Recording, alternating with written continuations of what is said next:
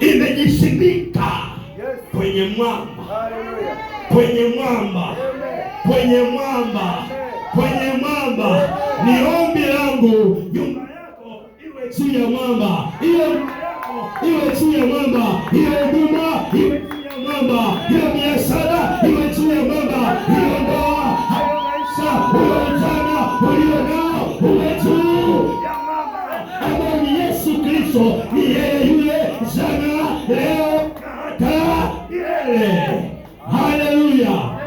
Watu wajikwae kwako, watu wajikwae kwako, maadui wajikwae, maadui wajikwae, wajikwae maadui, watakukuta kwa njia moja, watawanyike kwa njia saba,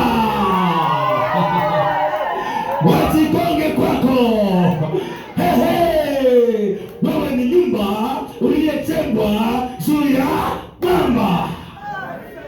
Haleluya! Kuna usalama wa kujenga maisha yako kwenye mwamba. Kuna usalama wa kujenga ujana wako, ubinti wako, umama wako kwenye mwamba. Zoruba ipo, ndio ipo, haitaondoka. Zoruba ipo, mvua ipo, mafuriko yapo, lakini vile umejengwa kwenye mwamba, hautaogopa, hautaogopa, hautaogopa. Ukiona mawingu ya mvua, hautaogopa. Upepo, hautaogopa, kwa sababu misingi yako haijisiki, misingi yako haiharibiwi. Wewe ni mwamba, wewe ni mwamba, wewe umejengwa.